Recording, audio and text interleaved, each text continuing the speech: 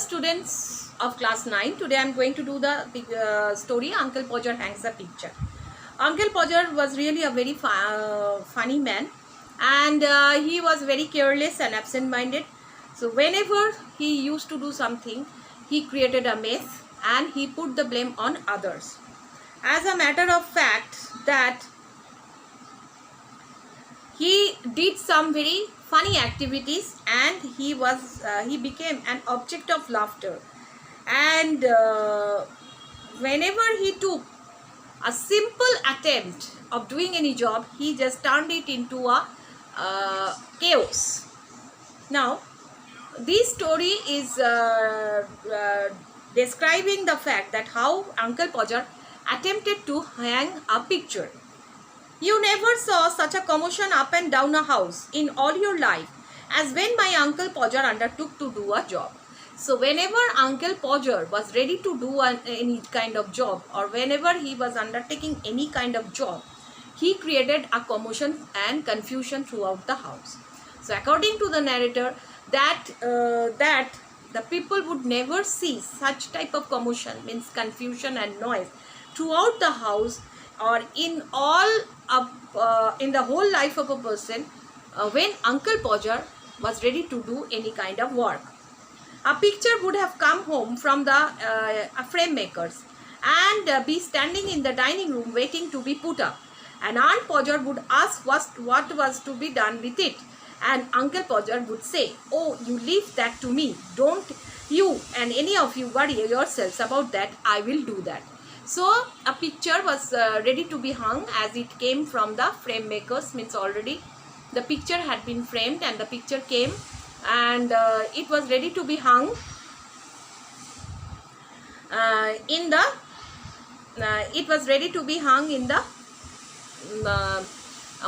on the wall, and it was kept in the dining room for that purpose. So it was ready to be put up on the wall, and Aunt Podger would ask when she saw the picture that what was to be done with it. So at that time Uncle Podger would say to her that she should leave the whole matter on Uncle Podger, and he would manage to hang it on the wall. And then he would take off his coat and begin.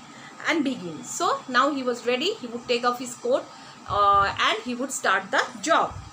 He would send the girl out for 6 pen worth nails and one of the boys after her to tell her what size to get, and from that he would gradually work down and start the whole house.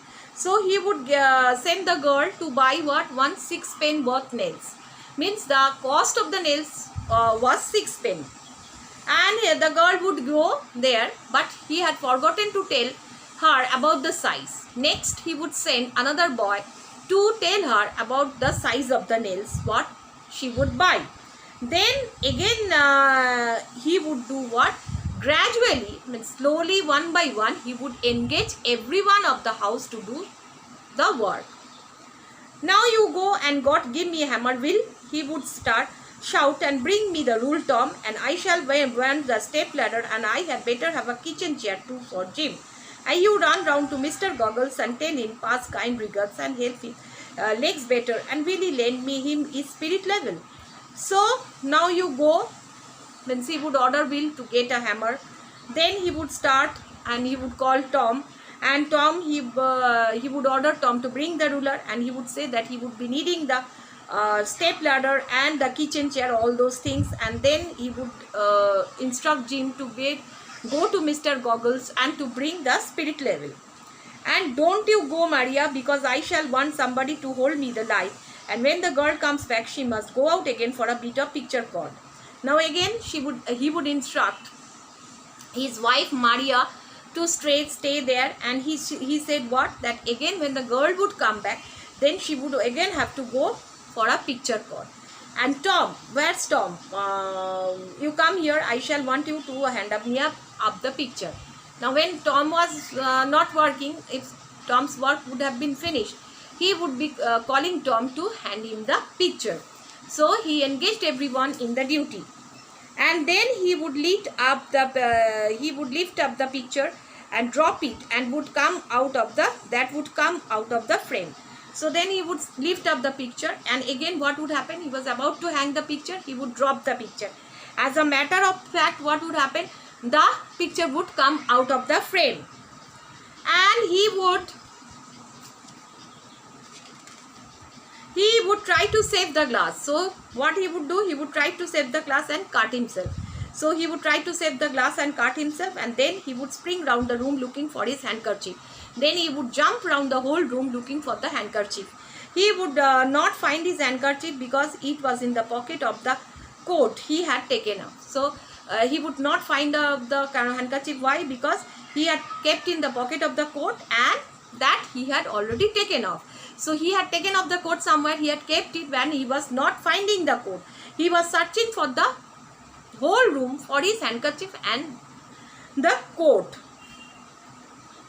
Now and all the house had to leave off looking for his tools and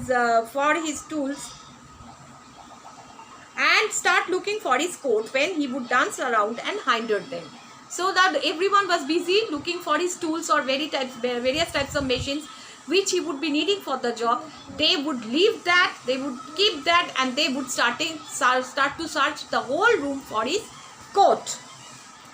And what would Uncle Podger do? Uncle Podger would dance. Means Uncle Podger would just go down the room, and each time he was coming in front of them and hindering them from doing the job in an effective manner. Doesn't anybody in the whole house know where my coat is? I never came across such a set in all my life. 6 of you, and you can't find a coat, and that I put down not 5 minutes ago. Well, of all the... Now, at that time, he was blaming others. He had kept the coat, and for that, everyone was responsible. Means everyone must know where he had kept the coat. And he blamed everyone, that in the whole house, no one knew about the coat.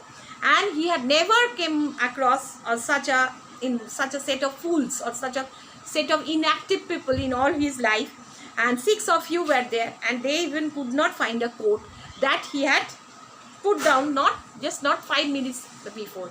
So he had lost his coat. He was blaming others, and it seemed that everyone was responsible for the loss of the coat. Oh, you can give it up. I have found it myself now. Then he would get up and find that he had been sitting on it, and would call out, "Oh, you can give it up. I have found it myself now." Might just as well ask the coat to find the cat to find anything as expect you people to find out. So now what happened? He was sitting on the coat, and when he would discover that he was sitting on the coat, he would then start telling the people that it would be better expecting for a cat to do such a thing, because a cat would be able to find the coat rather than those persons or the family members present there. So they were very much inactive, and they could not find a simple coat. But it was his responsibility. He had put the coat on the chair, and he was sitting on it, and he was blaming others.